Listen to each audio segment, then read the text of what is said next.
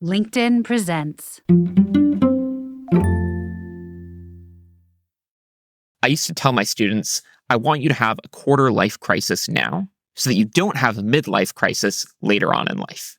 I think a lot of midlife crises are brought about by the fact that people wake up and realize the life that they're living, whether it's who they're married to, what kind of job they have, having children, where they live, who their friends are. This life was actually not one of their own choosing. They just found themselves on a path, and the path took them there. Good morning. I'm your host, Michael Kovnat, and this is the Next Big Idea Daily. Quick masterclasses from the best new nonfiction in under 15 minutes. Make sure you're following the show to get new episodes and sign up for our free companion newsletter using the link in the episode notes. So what did you study in school? You probably got the basics in English and math, and if you went on to higher education, you may have acquired some specialized knowledge too. But how many classes did you take in building up your credit score, or doing your taxes, or having a good relationship, or finding your passion in life? Probably not too many. Because while these are things that would be incredibly useful to know in your 20s and beyond, for some reason, our education system seems to skip over basic life skills. That's why we're glad to have Rafi Grinberg on the show today. Rafi created a wildly popular course at Boston College called Adulting 101. And now he's gathered his wisdom in a book called How to Be a Grown-Up, the 14 Essential Skills You Didn't Know You Needed Until Just Now. Whatever age you are, we think you'll get something out of the big ideas Rafi's going to share right after this quick break.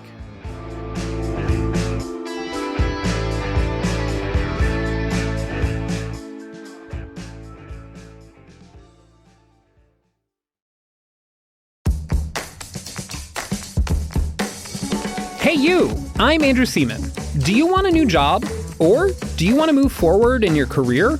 Well, you should listen to my weekly show called Get Hired with Andrew Seaman. We talk about it all, and it's waiting for you, yes you, wherever you get your podcasts. From LinkedIn News, I'm Jessie Hempel, host of the Hello Monday podcast. Start your week with the Hello Monday podcast. We'll navigate career pivots. We'll learn where happiness fits in. Listen to Hello Monday with me, Jessie Hempel, on the LinkedIn Podcast Network or wherever you get your podcasts.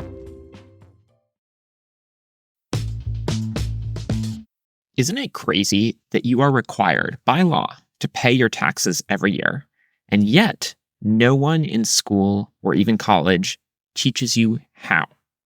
There's so many other financial skills that our education system is likewise missing. I realized this myself after graduating from a good university, going to work at a good job in management consulting. On the first day of training for all these quote-unquote elite students, they handed us some forms to fill out asking about our taxes. Every single person went out in the hallway to call their parents to ask them what to put on the forms. Similar thing happened when we were asked to fill out our health insurance forms. In addition to personal finance, there are all kinds of skills that can make your life better that you probably never learned in school. Some things that lay the foundations for how to have better mental health, how to have better relationships, how to launch and build your career. The argument some people make about these supposed adulting skills is that you can never really learn them in a classroom. You have to learn them through life experience, through trial and error. And I think that's certainly true for many life skills. However, for others, there's a baseline level of knowledge that could be so helpful to learn in advance so you don't make certain mistakes that could, at least in theory, ruin your life. It's like when we teach driver's ed. We don't hand the car keys to a 16-year-old and say, go crash the car a couple of times. That'll teach you how to drive. We preemptively teach them driver's ed. And that's why I decided to create and teach a course called Adulting 101. All the life skills you need to know. I taught this course at Boston College for a couple of years to graduating seniors right before they're about to finish school and begin their lives as an adult. And this course was inspired not only by my experience on that first day of my first job, but also being a 20-something-year-old and facing what I call my quarter life crisis. I didn't really know what I wanted out of my relationship at the time. I didn't know what I wanted out of my career, who I wanted to become, and I was asking these big life questions that kind of stopped me in my tracks. At the time, it felt challenging to go through this. But in hindsight, I actually think it was a good thing. I used to tell my students, I want you to have a quarter life crisis now so that you don't have a midlife crisis later on in life. I think a lot of midlife crises are brought about by the fact that people wake up and realize the life that they're living, whether it's who they're married to, what kind of job they have, having children, where they live, who their friends are. This life was actually not one of their own choosing. They just found themselves on a path, and the path took them there. There's a theory called the science of adult development, and it says that just as children go through developmental stages, so do adults. But unlike children, where the stages are tied to specific ages, for example, a 1-year-old cannot talk, but by the time they get a little bit older, they can. Adults don't necessarily progress through these stages at various ages or ever. Progressing is all about developing oneself and one's mindset. And there's one particular transition in this development that I think is key, and it's the transition from what's called the socialized mind to the self-authored mind. So the socialized mind is past adolescence. You understand society and its expectations of you. And the self-authored mind is deciding to do things because you want to do them. In order to make that leap, you first realize that so many of the things you believe about what you should do for the world, about how to be happy, are what I call hollow beliefs, meaning it's a belief you have, but it was kind of implanted by someone else. You can imagine you have a Google Doc that is called My Deepest Wants, everything you want out of life.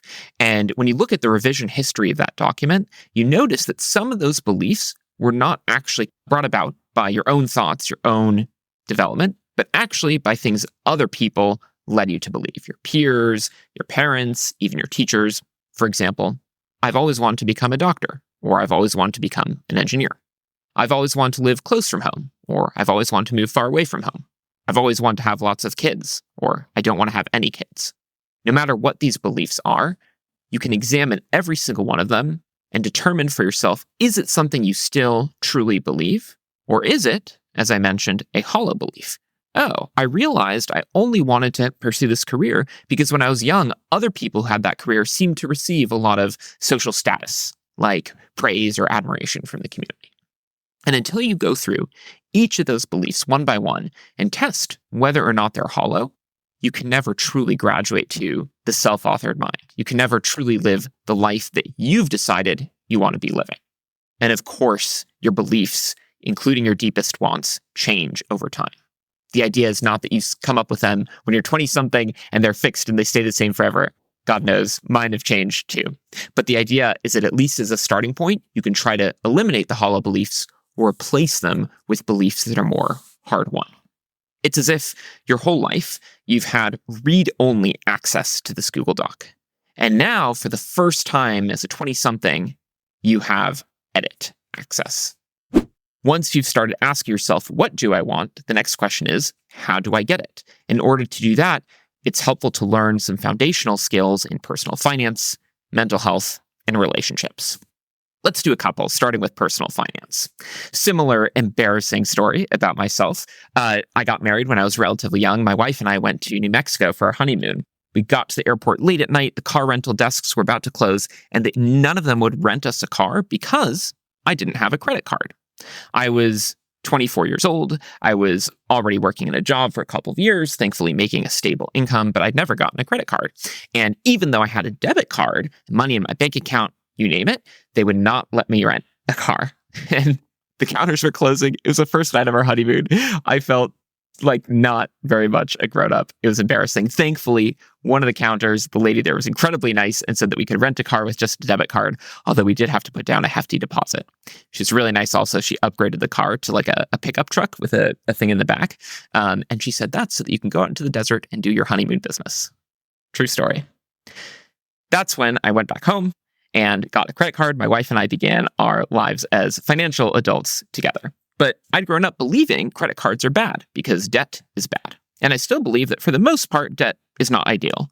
However, in the financial system we live in, for better or for worse, credit cards are necessary in order to do a lot of things, such as renting a car, but more importantly, getting a mortgage, which is a loan on a home. Usually, people need a mortgage, buying their first, even their second and third homes after that. In order to get a mortgage, you need to demonstrate good credit. or in other words, have a high credit score. What a credit score is a signal that tells a bank or any other lender, here's how likely I am to repay the loan. If you have a bad credit score, it means the bank thinks, we don't think you're very likely to repay your loan. If you have a high credit score, it means we think you're likely to repay your loan. How is a credit score determined? It's a little bit complicated. We're not going to go into all the details now, but the most common metric is what's called a FICO score. It's basically a score that looks at your past payment history. Have you made payments on time? Have you taken out loans before? Have you been able to pay them back? How much of your available credit, like loans you've been giving or credit on a credit card, are you using? All those factors add up into one score. And if you've never had a credit card, it's unlikely you'll even have a FICO score because there hasn't been this history to demonstrate your creditworthiness. And that credit score can make a huge difference, as I mentioned, when looking for a mortgage. Depending on how good or bad your credit score is, you'll be offered a different interest rate on the mortgage, which, because of compound interest, can add up to a lot of money over the course of a mortgage. Often it could be hundreds of thousands of dollars of difference for having a good versus a bad credit score. So the best way to start building credit is to get a credit card while you're young and use it. However, there is a big however, which is, in a lot of cases, debt is still bad, and credit card debt is one of the worst kinds of debt. What that means is the interest rate on the debt is very, very high. Often credit cards will employ certain tricks, like a teaser rate, where they say your introductory APR is 0%. I explain APR in the book. We don't have to get into detail now. APR itself, the way in which they share what the interest rate is itself a trick because it doesn't take into account the monthly compounding. Anyway, credit cards, full of tricks. You have to be careful. But if you get a credit card, if you pay off the entire balance every month, for which you can set up an auto pay that'll do it automatically, then you start building credit over time. And so a credit card is kind of like the best financial thing, stapled to the worst financial thing. The best in the sense builds you credit, which over time will save you money when you need to take out loans. The worst, because if you're not careful, you can fall into these traps of these tricks that end up generating interest that you have to pay and compounding over time. Investing is one of the most important financial principles, and similarly blows my mind that people don't tell you two key facts about life. The first one is, if you do not save money throughout your career, you will not have enough money to afford retirement. Yes, there is Social Security. It's relatively small, not enough for a lot of people to live on. They have to save their own money. Fact number two, the good news is you don't need to save as much as you think you do because of investing. If the money that you save every year as you continue earning throughout your career gets invested into assets, it appreciates, meaning it earns money from itself. Money earns more money. That's investing. Over time, you can have a lot more than you started with. Investing can be incredibly complicated, but the basic, as I mentioned, is it just means money that earns you more money over time. If you put money in a bank account, you've invested. The interest is money that is earning you more money. But the other most common investment people talk about is investing in the stock market.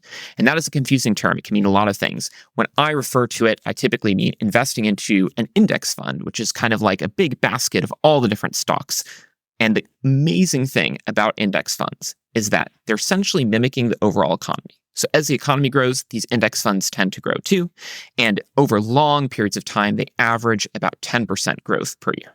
It is obviously not a guarantee. There are all kinds of ups and downs. And I created this entire chart kind of showing how the range of your possible returns, positive or negative, depend on how long you're investing for. But I try to demonstrate that over a long period of time, like 30, 35, 40 years, which is how far away your retirement may be, it is relatively less risky to invest in something like an index fund, and the total amount of appreciation can multiply your money by 40 times.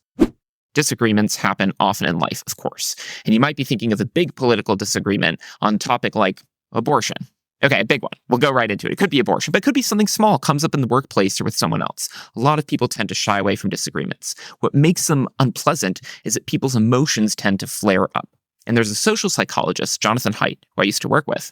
He had this whole theory about how the mind is divided into a rider and an elephant. The rider is the rational part, sitting on top of the irrational, intuitive, impulsive elephant. And we tend to think that it is our rider who's making judgments on things like morality. Abortion is right or abortion is wrong, or you're right or you're wrong. But in reality, it's the elephant, our intuitive, automatic response that is coming to certain conclusions. And then our rider, our reasoning capacity, is only used to justify the conclusion that we've already reached.